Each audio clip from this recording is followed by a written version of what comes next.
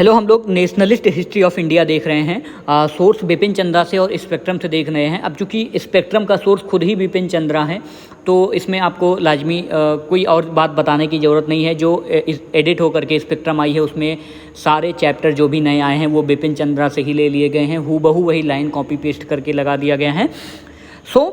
हम आज बात करने वाले हैं बाल गंगाधर तिलक के बारे में। इससे पहले जो नेशनलिस्ट आइडियोलॉजी है या नेशनलिस्ट जो मूवमेंट है उसको बल देने का जो सबसे इम्पॉर्टेंट काम किया था वो दादा भाई नौरोजी को हम लोग देख चुके हैं और उससे रिलेटेड सारे एस्पेक्ट को भी देख चुके हैं। अभी हम लोग बात करने वाले हैं बाल गंगाधर तिलक के बारे में।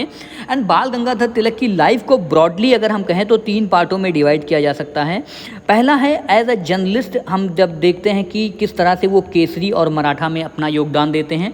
उनके जो 2 इम्पॉर्टेंट पैम्पलेट्स या न्यूज़पेपर होते हैं, Kesari and Maratha. And then उनका स्वदेशी मूवमेंट के समय क्या योगदान रहता है, जब स्टार्टिंग में ही आपको देखते हैं जब revolutionary phase Indian freedom struggle का शुरू होता है। एंड देन फाइनली जो वेरी फेमस है, जो एनी बेसेंट के साथ शुरू करते हैं, होम रूल आंदोलन। गांधी जी के अराइवल के आसपास आप देखते हैं 1915, 16, 17 में होम रूल मूवमेंट काफ़ी बड़ा मूवमेंट इंडिया में आता है।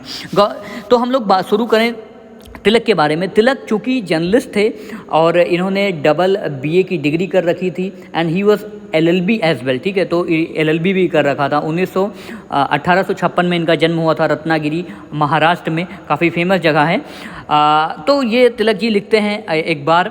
अब चूँकि इनका इंग्लिश का जो पेपर है वो मराठा है, आपको कंफ्यूज नहीं होना है। जो मराठा इनका न्यूज़पेपर है वो इंग्लिश में ये लिखते हैं, और जो भी ये कुछ चीज़ इंग्लिश में लिखते हैं तो वो अंग्रेज़ों तक बहुत ईज़िली पहुंच जाती है, और इसलिए इनके ऊपर इनको कई बार जेल भेजा जाता है।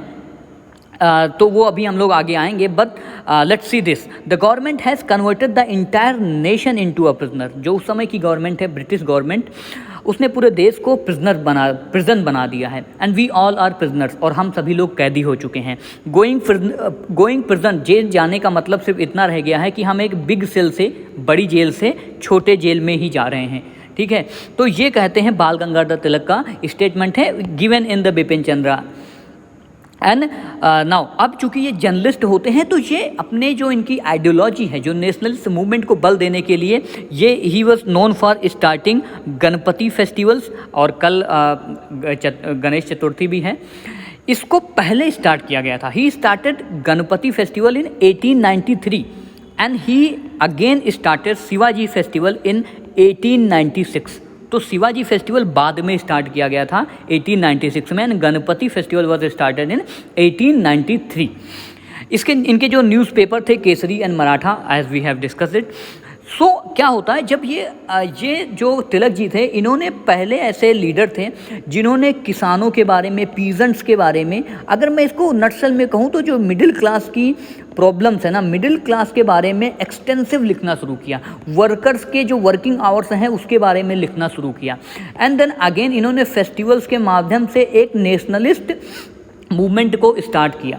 तो ये सारा चीज़ अंग्रेज़ों को पच नहीं रहा था।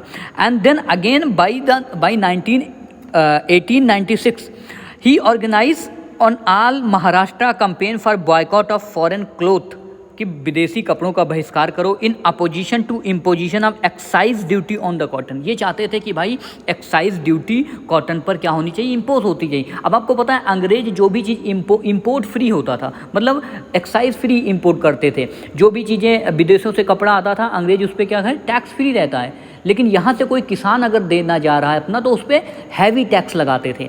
तो इसका तिलक जो है, अब चूँकि महाराष्ट्र, वहाँ पे कॉटन, वहाँ पे ब्लैक सॉइल, तो आपको पता है वहाँ पे कॉटन मिल, ये सारी चीज़ें थी। सूरत एक बहुत बड़ा हब था इसका, बाद में बॉम्बे भी बन के निकलता है। तो एक्साइज ड्यूटी के विरोध में कि भाई एक्साइज ड्यूटी लगाओ, जो विदेशी से कपड़ा आ जा रहा है, जो हमारे किसानों को कंपटीशन दे रहा है, इसको आपको बंद करना पड़ेगा। In 1896 he initiated no tax campaign in Maharashtra. कहा कि भाई कोई अब टैक्स नहीं देगा। Withhold the payment of revenue if their crops had failed, और अगर आपकी क्रॉप नहीं फसल उत्पा रही है तो आप लोग टैक्स भी नहीं दोगे। तो एक्चुअली ये सब काम कर रहे थे तिलक अपने 2 इम्पॉर्टेंट न्यूज़पेपर्स के माध्यम से, Kesari, Maratha, as also he organise all Maharashtra campaign. तो एक सभाएं भी करते रहते थे। And he was the target of British government during that time. अब क्या होता है कि पूना में प्लेग हो जाता है 1896 में। अगेन जो है जब प्लेग होता है तो तिलक जी को एक बार फिर से अवसर मिलता है अपनी बात को कहने का और ज़ोरों शोरों से कहने का। लेकिन अब क्या होता है, पूना जब ये प्लेग होता है उसके बाद गवर्नमेंट कुछ रेमेडियल रिलीफ प्रोग्राम चलाती है। तिलक उसको अप्रिशिएट भी करते हैं, given in the Bipin Chandra as well. लेकिन क्या है, क्योंकि तिलक जी ने इतना विरोध कर दिया था कि जो अंग्रेज सरकार इनको निशाने पर ले रखी थी। Tilak was arrested on the murder of Rand on the basis of publication of the poem. अब तिलक को क्या हुआ, अगले ही साल 1898 में इनको अरेस्ट कर दिया गया और 18 महीने की रिगरस पनिशमेंट दी गई इन। और आपको जान के ताजुब होगा कि जो अभी हमारे देश में बहुत बड़ा बहस रहता है सेडिशन का 124A एंड 153A, ये जब भी कोई उकसाता है in the name of caste, religion and sedition, राष्ट्रद्रोह या देशद्रोह की जो धारा लगती है, इसको तिलक के इसी मूवमेंट के बाद अंग्रेजों ने अमेंडमेंट करके इंसर्ट किया था। एंड यही सारा चीज़ लगा करके 18 मंथ्स की एज अ जर्नलिस्ट, मैं तो ऐसा कहता हूँ कि being a journalist he was given 18 months rigorous punishment. अब एक चीज़ और आपको ध्यान में रखनी चाहिए कि जो इन्होंने एक केसरी में स्पीच डिलीवर की थी अपनी और उसको छाप दिया था, और शिवाजी की एक पोयम थी जिसका नाम है, जिसमें शिवाजी अटरेंस, शिवाजी की एक काफ़ी मतलब स्पीच थी जिसमें शिवाजी ने अफजल खान का मर्डर किया था, तो उसको ग्लोरीफाई किया गया था। ओके, तो इसको एक तरह से इसी स्पीच को सेडिशन का रूप देते हुए अंग्रेजी सरकार ने, अंग्रेजी हुकूमत ने तिलक जी को क्या है 18 मंथ्स की जो है इनको जेल हो गई थी। नाउ सेकेंड फेज जो शुरू होता है तिलक की लाइफ का, वो है स्वदेशी मूवमेंट के आसपास का। अब स्वदेशी मूवमेंट में सेपरेट कवर करूंगा, बट यहाँ पर हम लोग बात कर रहे हैं एक्सटेंसिवली तिलक के बारे में। तिलक ने चूँकि जो मॉडरेट फेज था, आप देखते हो कांग्रेस के फॉर्मेशन के बाद 1905 तक ये फिसर होने लगता है, इसकी जो एनर्जी है वो थोड़ी फिशोर होने लगती है, यानी कम होने लगती है। और तिलक फिर लिखते हैं again given in the Bipin Chandra, the extremist of the today will be the moderates of the tomorrow. जिनको आप आज एक्सट्रीमिस्ट कह रहे हैं, एक्चुअली जो एक्सट्रीमिस्ट शब्द है ना, ये कॉलोनियल हिस्टोरियन के पर्सपेक्टिव से आया है। भारत में भी इसको एज इट इज़ कॉपी कर लिया गया है, लेकिन इसको नेशनलिस्ट कहना ज़्यादा उचित होगा। इसलिए जो बार बार रेवोल्यूशनरी लोगों के लिए अंग्रेजी हुकूमत एक्सट्रीमिस्ट या टेररिस्ट जैसे शब्द यूज़ करती थी, विच वॉज इनअप्रोप्रिएट। तो तिलक कहते हैं कि भाई जिनको आप आज एक्सट्रीमिस्ट कह रहे हो वो कल मॉडरेट हुआ करते थे, and as the moderates of today were the extremist of yesterday. आज जो लोग मॉडरेट्स हैं वो कल आपके लिए एक्सट्रीमिस्ट हो जाएंगे। तो ये आप ध्यान में रखना, ये काफ़ी इंपॉर्टेंट स्टेटमेंट है by Tilak, that extremist of the today will be the moderates of the tomorrow. ठीक है, तो जो आज एक्सट्रीमिस्ट हैं, कल आने वाले कल में उनको मॉडरेट्स कहा जाएगा। शायद मैंने इससे पहले कुछ अलग एक्सप्लेनेशन दे दिया गया था। जिनको आज आप कट्टर कह रहे हो वो आगे चल के सॉफ्ट हो जाएंगे अभी, और आप ही लोग ऐसा कहोगे एज जस्ट, और ऐसा हुआ भी। अब आप इसको देखो, भगत सिंह उस समय बेशक एक्सट्रीम थे, लेकिन आज हमारे लिए वो नेशनल हीरो हैं, नेशनल आइकन हैं। तो आज वो हमारे लिए क्या हैं, आइडियल हैं हम सभी के लिए। तो ये जो बात कही थी उन्होंने 1903-4 के आसपास, वो कितनी सटीक बैठती है आज के लिए।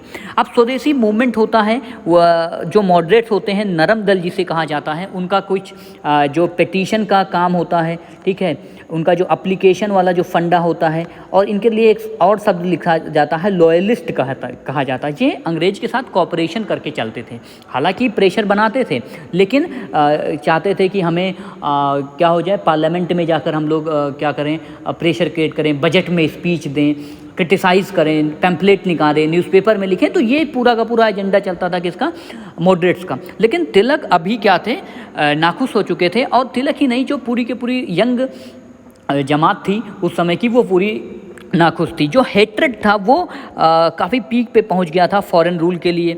एंड इंटरनेशनल कम्युनिटी में भी काफ़ी एग्जाम्पल देखने को मिलते हैं। जापान जैसे देश ने रसिया को हरा दिया था, ठीक है, यूथोपिया ने इटली को हरा दिया था। तो ये सारी चीज़ें आपको किताब में मिल जाएगा।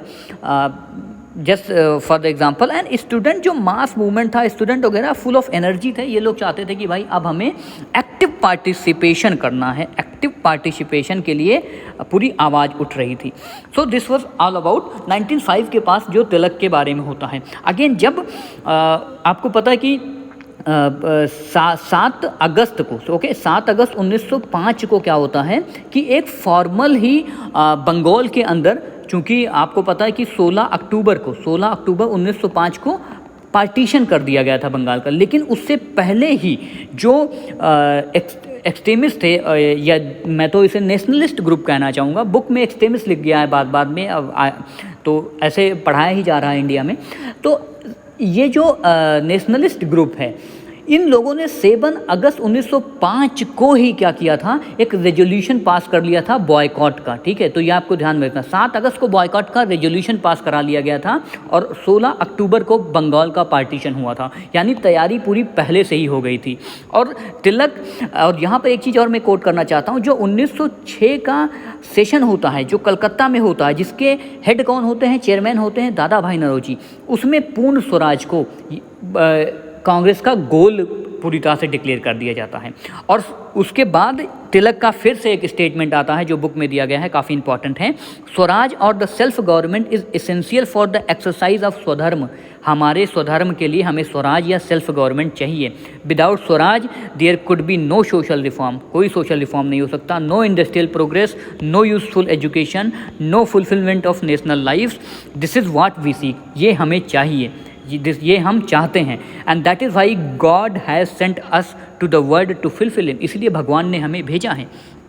तो अगेन इसके बाद काफ़ी इम्पॉर्टेंट इशू होता है और तिलक को यहाँ पे अरेस्ट भी किया जाता है। तिलक यहाँ पे एक्टिव पार्टिसिपेशन करते हैं और आप देखते हैं 1908 के अंदर तिलक जी को फिर अरेस्ट कर दिया जाता है और 6 साल की सज़ा दी जाती है। And he was send to Mandalay, Burma में भेजा जाता है। काफ़ी एक इम्पॉर्टेंट स्टेटमेंट है जो आज भी बॉम्बे हाई कोर्ट है वहाँ पर ये चीज़ लिखी हुई है। बॉम्बे हाई कोर्ट में जो बाहर एक एम्बलम बनाया गया है वहाँ पर आज ये पूरी चीज़ मेंशन की गई है जो तिलक ने उस समय 1908 के अंदर जब उनको 6 साल की सज़ा दी जाती है, given in the book as well, spectrum में भी इसको दिया गया है इन लेटेस्ट एडिशन।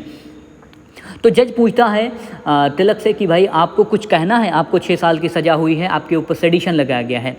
देन व्हाट तिलक कहते हैं जूरी से, जो जूरी वहाँ पे होती है कि I maintain that I am innocent, I maintain that I am innocent, there are higher powers, higher powers मतलब जो सत्ता है, भगवान की सत्ता है, that rule the destiny of man and the nation, ठीक है, जो मनुष्य की डेस्टिनी एंड नेशन को रूल करती हैं। And it may be the will of providence, ठीक है, और उसी की इच्छा होगी that the cause which I represent में prosper more by my suffering, जो आप मुझे जेल भेज रहे हो ये मुझे और प्रॉस्पर करेगा और मैं जब दोबारा लौटूंगा देन क्या रहेगा, मैं और ही पावरफुल होकर लौटूंगा। तो ये कथन जो है इसको 1956 के आसपास वहाँ के जो चीफ जस्टिस होते हैं हाई कोर्ट के, वहाँ पे ये एम्बलम पूरा लिखा गया है बॉम्बे हाई कोर्ट के बाहर, आज भी ये वहाँ पे लिखा गया है। अगेन जो तीसरा फेज़ है वो होम रूल के आसपास का है। यहाँ पर हम होम रूल मूवमेंट को अलग से कवर करेंगे, बट यहाँ पर हमें सिर्फ इतना जानना है कि Tilak set up his national home rule in 1916, ठीक है। होम रूल मूवमेंट एक एनी बेसेंट का होता है और एक तिलक का होता है। 1916 में लखनऊ का पैक्ट, ये सब हम अलग से कवर करेंगे, but to be more focus on Tilak has his first home rule meeting at the Belgium. ये काफ़ी इंपॉर्टेंट है कि तिलक ने अपना पहला मीटिंग बेल्जियम में ही किया था। विदेशों से ये अपनी, चूँकि ही वॉज LLB, ठीक है, तो उस समय तो आपको समझ इंग्लिश बढ़िया थी, तो ये विदेश में पम्पलेट में लिखते थे, पब्लिक मीटिंग्स करते थे और वहाँ से भी प्रेशर क्रिएट करने की कोशिश करते थे। और अगेन जब ये मीटिंग दिया था ना, इसके ऊपर भी इनके ऊपर सेडिशन लगा था। हालांकि बाद में 108 CRPC से काम चलाया गया था। अब 108 CRPC क्या होगा, अब इसको मैं ज़्यादा डिस्कस नहीं करूँगा, लेकिन जैसे आपने कुछ सुना होगा 107-16 की कार्रवाई होती है, 151 की कार्रवाई होती है, वैसे 108 CRPC की भी कार्रवाई इनके ऊपर हो गई थी। Poona was headquarter of his league, ये इंपॉर्टेंट है। तो पूना इनका हेडक्वार्टर था। His league was restricted to Maharashtra, ठीक है, ये महाराष्ट्र के आसपास का एरिया देखते थे, एक्सक्लूडिंग बॉम्बे, लेकिन बॉम्बे नहीं था। काफ़ी इंपॉर्टेंट है, तिलक की जो होम रूल मूवमेंट था उसमें बॉम्बे नहीं था। बॉम्बे में होम रूल किसका एक्टिव था, क्योंकि ये होम स्टेट वाला आपको मैंने इससे पहले भी बताया था इसलिए एक्सक्लूड था। Karnataka, central province and Berar. Central province जो सेंट्रल प्रोविंस जब भी हो तो मध्य प्रदेश छत्तीसगढ़ वाला जो क्षेत्र होता है वो। इट हैड 6 ब्रांचेस, तो जो इनकी होम रूल थी इसकी 6 ब्रांचेस थी, लेकिन बॉम्बे इसमें नहीं था। महाराष्ट्र था बट बॉम्बे नहीं था। कर्नाटका एंड सेंट्रल प्रोविंस था, बरार भी था। बरार, बीदर, ये सब मिडेवल हिस्ट्री में हम लोग पढ़ते हैं। इनकी जो डिमांड थी अगेन स्वराज की थी, formation of linguistic states and the formation of vernacular.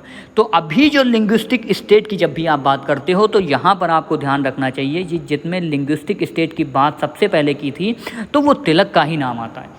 आप इसको इस तरह से भी बात कर सकते हो जब भी लिंग्विस्टिक स्टेट के बारे में बात किया जाए तब।